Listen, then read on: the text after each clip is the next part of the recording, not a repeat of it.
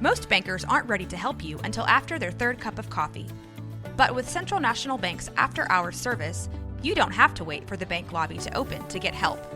You can contact us from 6 to 8:30 in the morning or from 5 to 10 in the evening, and we'll connect you to a real, live, local person who can answer questions and fix problems 7 days a week.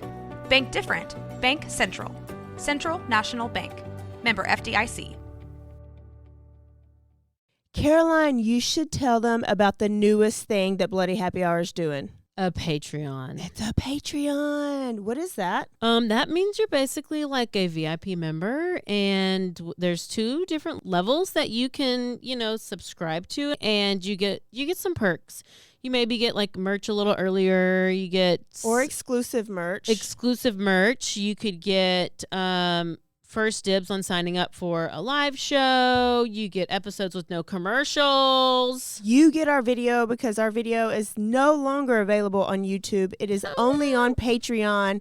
And the most important to me is you get videos of our live shows. So if you are far away and you couldn't make our last live show, it will be on the website. We're going to record this future live show. It's going to be on Patreon, but also bonus episodes each month. You guys tell us all the time you want more episodes. This is a way for you to get more episodes. So you're going to get our basic Tuesday, Thursdays that we always put out, right? But if you're on a Patreon, you're VIP, you're going to get more. I can't wait to talk about in detail some more stories because I always have a lot of details I want to go to. I can law-splain. I might read a book. They just unsubscribed. This is also going to be the exclusive place that Dirty Chat is going to go to. So if that is breaking some of your hearts, just go ahead and subscribe now. In order to hear the full content, it's going to be Patreon. Where do they go again? Patreon.com/Bloody Happy Hour. Don't forget to stay aware, stay alive, and always be DTF.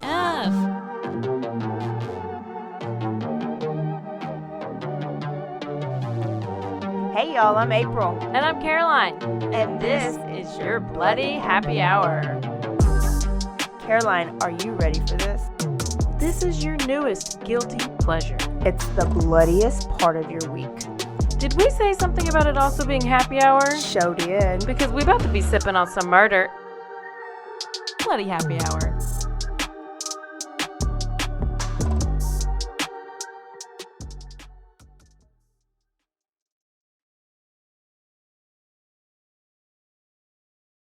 Okay. Hey y'all, this is April. And this is Caroline. Bloody happy hour. What day is this? Tuesday, Quickie edition. Quickie. And we got the quickest quickie of all quickies. Quickiest quickie. Let's go to Austin for this first episode, for this first story. Let's go it. That's how I talk now. Oh, Ring Central just popped up. Oh, close it out. Yeah, it'll pop up. So on April 12th, a 10-year-old boy got in trouble for a terroristic threat. Oh, no. Okay? He threatened to kill another kid on the bus. And you have to take all terroristic threats seriously, obviously. And authorities, when kind of investigating this one threat, learned that he has made previous statements that he has killed somebody before. Oh. And exactly 2 years ago. And that the murder is currently unsolved.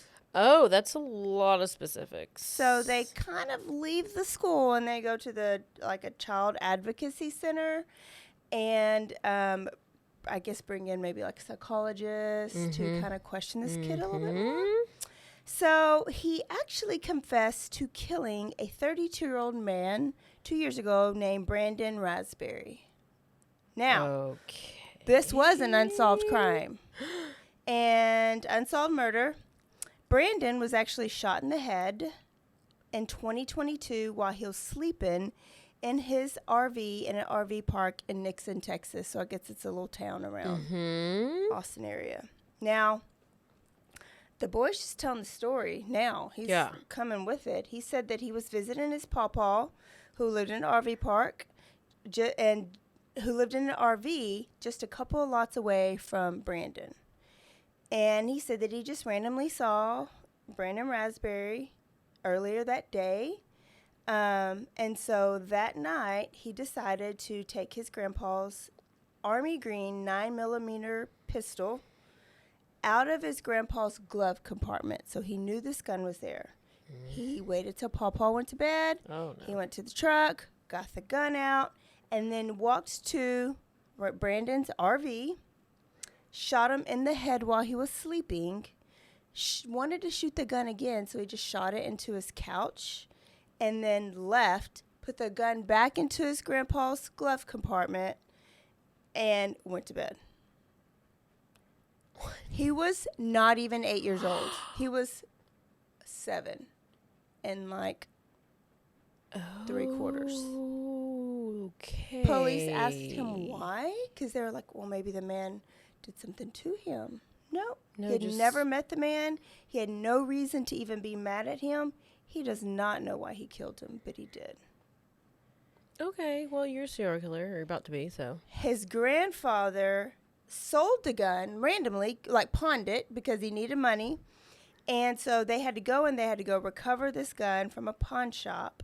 And the bullet casings match. So this kid's story was totally legit. Oh. Plus, he described things about the crime scene that only the killer would know, like gunshot in the couch. Like they didn't release that in the news.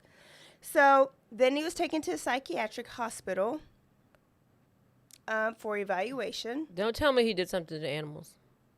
Well, we don't. I mean, Okay, that's really all we're at. And then he was taken. He got an evaluation at the psych hospital, and then he was taken to juvenile for that terroristic threat. He will not be charged for the murder because of his age at the time of the crime. And a 7-year-old cannot, I guess, commit a crime or be charged for murder. But what did the psychologist say he I'm like sure there's a depicted signs of. I'm sure there's an evaluation out there that we would love to get our hands on, but So now he's just been reported, and he just goes. And he's about in juvenile, so he's he's at least in juvenile okay. for a terroristic threat. And how long they'll keep him there, we don't know. Now, Brandon's family is working on trying to get a petition to have that law changed because they think that he needs some justice, that the boy needs to be punished. So I bet they are holding off on that evaluation in case there is some type of Oh my gosh! trial or something. Like But what? But you 7? can't. He can't.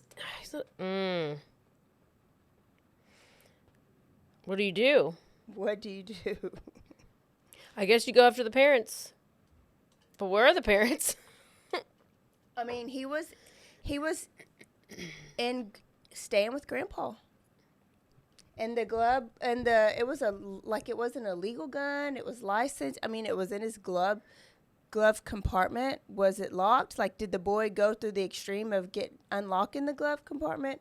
I don't know. They didn't say all those details, but Wow. Just it for is the fun of it. Yeah. I mean, that's totally the kid. It's not like he accidentally got the gun, playing with it, and shot somebody. Yeah. No, he went and got it and went to the dude's house. And covered his tracks and shut up for 2 years. And only because he was pissed at another kid, threatened to kill him. Just like he did the other guy. Yeah. Okay, well, keep an eye on that kid Yes. because... I wish they could say his name, but obviously he's a minor. And now a word from our sponsors.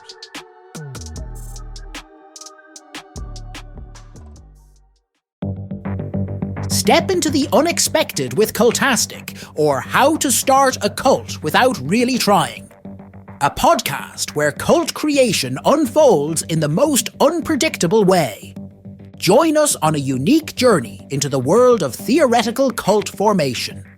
Unlike any other podcast, each episode of Cultastic is co-written in part using ChatGPT, and we let it decide our fate, good or bad.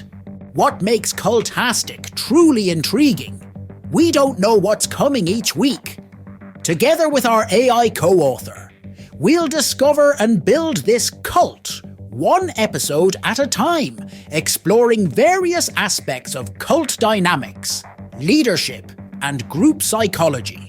Delve into themes of charisma, influence, and the power of group thinking. It's a blend of expert analysis, theoretical exploration, and the unforeseen twists of AI-generated ideas. Remember, Cultastic is an exercise in imagination and education where we weave a narrative one episode and one tenant at a time. Curious about where this journey will take us? Subscribe to Cultastic or How to Start a Cult without really trying on your favorite podcast platform or at roguemedianetwork.com. Let's build this mission to save the people of Earth, week by unpredictable week.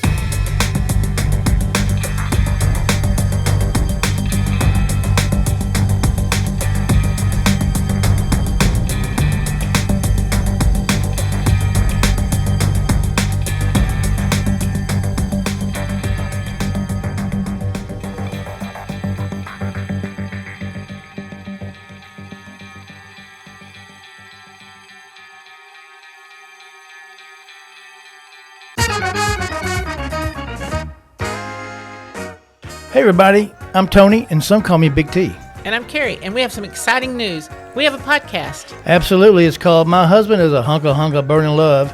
No. And we'll be discussing some different sex positions overweight couples can easily perform, I correct? don't think so. It's called I Married an Idiot. I know, I'm just kidding. We'll try to stay on task, focus. Did you take your Adderall today? Really? You're going to ask me that? Are you insinuating something? Never mind. You may be wondering why we're doing this. We have been together for 36 years. 36 short, long years. freaking years. But we must be doing something right? Well, we must be.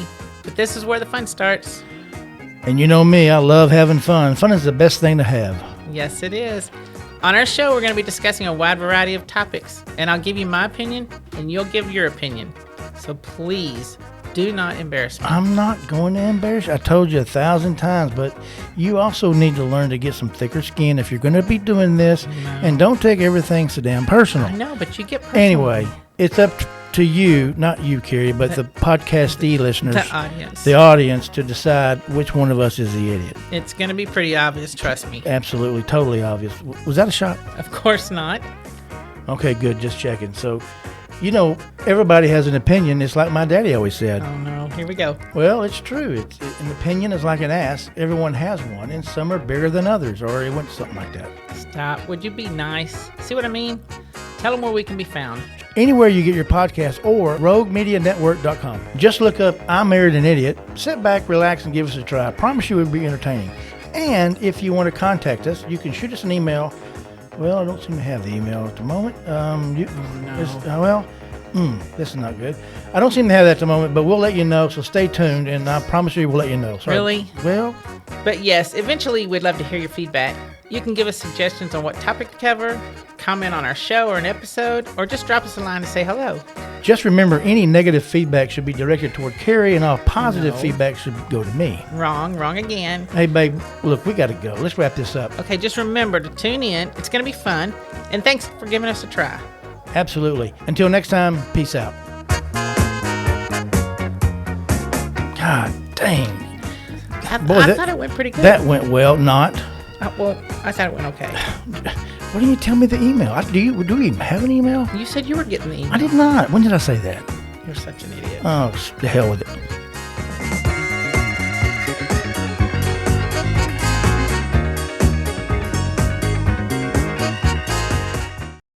Hey, I'm Blair. And I'm Brittany. And we're the host of By the Cover Podcast. We cover everything from mysteries, thrillers, romance, chick lit, and even some smut. Don't forget the smut. Yeah.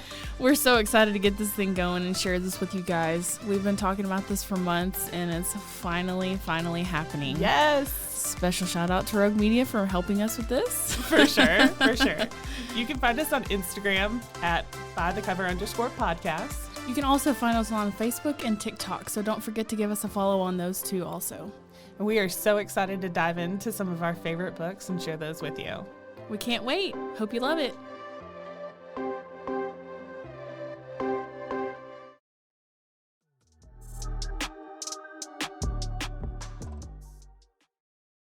So let's go to Washington. Okay. And let's talk about an ex-cop named Elias Hutzer.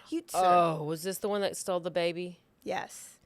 On the run after killing his girlfriend, or when I saw this story initially, he was on the run after killing his girlfriend, his ex-wife, and he kidnapped a 1-year-old. On the day that he was due in court for impregnating a 15-year-old and raping her 16-year-old friend. Okay. So he went to William Wiley Elementary School in Washington, where he shot his wife, Amber Rodriguez. She was a paraprofessional there. Mm-hmm. So I couldn't find, did he, convince her to come out to the car, which I don't see that because she had a restraining order against him or a protective order. So he had to have gone inside the school and do this because they heard there was a shutdown and everything at the school. And then he went to his girlfriend and he stabbed her to death. She is his teenage girlfriend. She is now 17 years old. And this is also his baby mama, so the mama of the 1-year-old. Her name was Angela. They called her Jelly Santos. And then took their baby and fled. Now, he was arrested on February 3rd after his 17-year-old girlfriend, who allegedly got pregnant when they were 15. What I did not know is that the age of consent in Washington is 16. What? So, which I think for us it's 17. Wait, how old is this officer? I thought he was grown. He is. Okay. He is 40. Okay, yeah. Yes. So the age of consent is 16. So if she was 16 when she got pregnant, this wouldn't be a crime. But she was 15 when she allegedly got pregnant. So that's why he was going to court for that. Mm-hmm. And that his girlfriend, the 17-year-old girlfriend, said that she had a friend over one night and ex-cop boyfriend bought them a bunch of alcohol and got them drunk. And her friend woke up with the cop inside of her. So there's where the rape charge. Yeah. It's not good. So he was charged with second-degree rape, furnishing alcohol to a minor, and third-degree rape for impregnating the 15-year-old. And that's what he was going to go to court for. Okay. Okay, the day that he shot and stabbed everybody. Both women had protective orders against him, so he had been violent and threatening in the past. Now, he's on the run, so police were looking for him, and they spotted him in Oregon, I believe. And he led them on a high-speed chase with the 1-year-old in the car. Mm-hmm. He crashed, and he spun into the median, and there is where he took his own life. With the baby in the car. With the baby in the car, yes. But baby Roman was safely recovered and is now with other family members. What an ordeal. What? Can you imagine? No. What is this guy? I mean, cop, first of all, you're a cop. And you are, even if you got her pregnant at 16, that is a red flag everywhere. All over the place. Oh, about to get a Charlie horse. All right, next story, and I think our last story, maybe. Oklahoma City. And a 10-year-old boy woke up to find his parents and his 3 brothers dead in their home. All of them were fatally shot by their father. And that night. So Sunday night, so this is last week, Sunday night, and he woke up and saw them, but he was somehow spared his life. Oh. Now, police believe that Jonathan Candy, 42 years old, killed his wife, Lindsay, and 18-year-old son, Dylan, 14-year-old son, Ethan, and 12-year-old son, Lucas, and then turned the gun on himself. So police believe.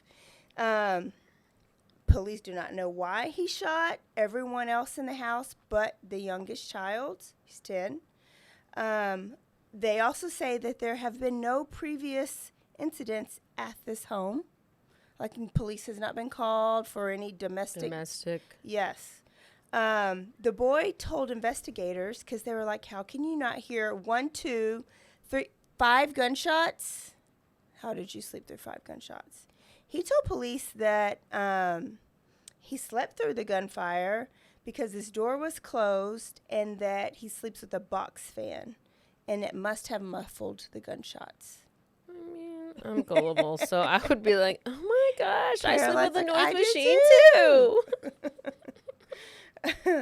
Police have no other reason to believe otherwise. The 10-year-old is now living with a family member and was physically unharmed. What? Anyone with information on this case should call Oklahoma City Police Department. Oklahoma is so busy. Sorry, go ahead. 297-1200. But tell me what your thoughts is on this story. That the father obviously hated the youngest and wanted to kill everybody else except for him. I don't know. Think I'm FBI? What? Why don't you think the 10-year-old could have done it? Especially if after I just told you a story of a 10-year-old killing. That's what came to my head. Because I'm like, what? You never get... there's never annihilation stories like this. Well, I need to know where's the dad's gunshot wound? Did he shoot himself in the head?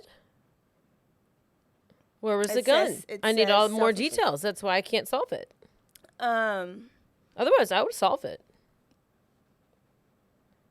Do they ever leave? I mean, what would be the purpose? You're annihilating your whole family. What would be? Did you run out of bullets, or was he your favorite? I would think he was his least favorite. He wanted him to go through all this pain and suffering. Kind of like, what's his name? Peter Curtin wanted, Maria in the meadow to be hung up and go through all that suffering. And be I just wanted to bring up Maria in the meadow. Maria in the meadow. My favorite story. Well, police feel confident. Do you think he did it, the boy? I think that he should be very much questioned. And I think all the evidence should point to him. Which kids do sleep hard, and they sleep through things, and maybe the box fan did muffle it. You're some hard sleepers. I just don't know why the dad just wouldn't kill everybody. I think we need some more information. We're going to have to hold that one. We're going to have to come back to this one. Hopefully. Okay. Do we have a serial killer here in Central Texas? Probably. Targeting Uber drivers? I don't know. On April 11th, Ernest Anderson, an Uber driver from Nolanville, which is like Killeen area, was reported missing and later found dead. But there's no foul play at this time. The family said that they were all together eating dinner, and he decided that he was going to leave the family member's house and do some Ubering. He was an Uber driver, so he actually had got a Uber call, and he was going to swipe it and go driving. But they never heard from him. And it was unlike him. His credit card had been used multiple times in the Austin area. And they tried to get information from Uber itself to see if he actually took the call. Was he driving that night? If so, who was his last pickup? Could they get that information? Could this person be a suspect? But he was found dead inside of his car. But I don't know where his car was found. Okay? No biggie. Like, I saw that story and I was like, okay, no big deal. Yeah, just another death. Well, on the 17th, another Uber driver went missing. She was like a Marlin Cossey area. Her family, they were all together, said that she had left. She had took an Uber call to go drive Uber in Waco. So she was coming to Waco to Uber. And she was later found dead in her car at the Flying J. And it wasn't suicide? And it was not suicide. Any information? You know they have cameras there. Yes. What is shown on the camera?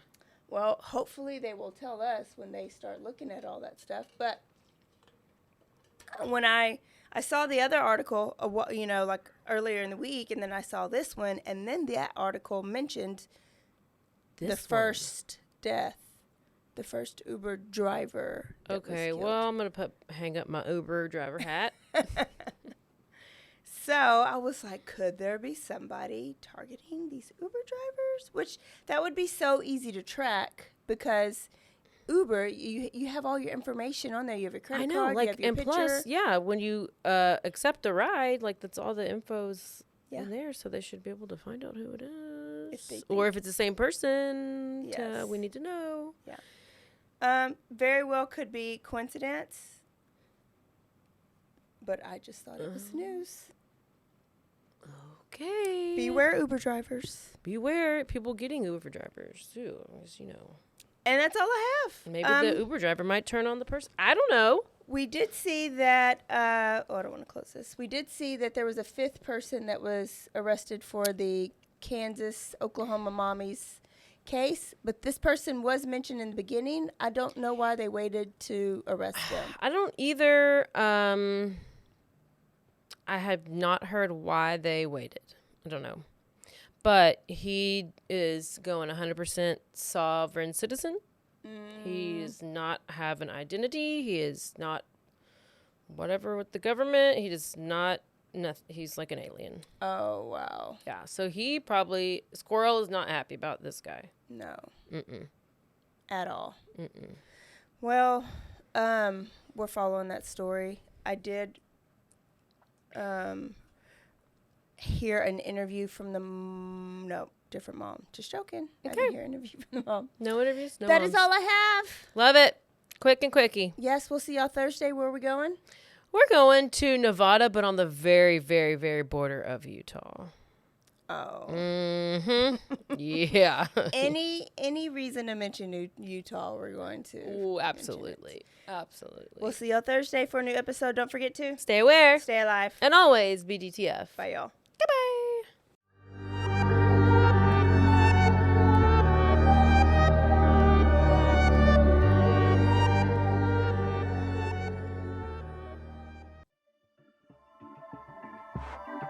This has been a Rogue Media Network production.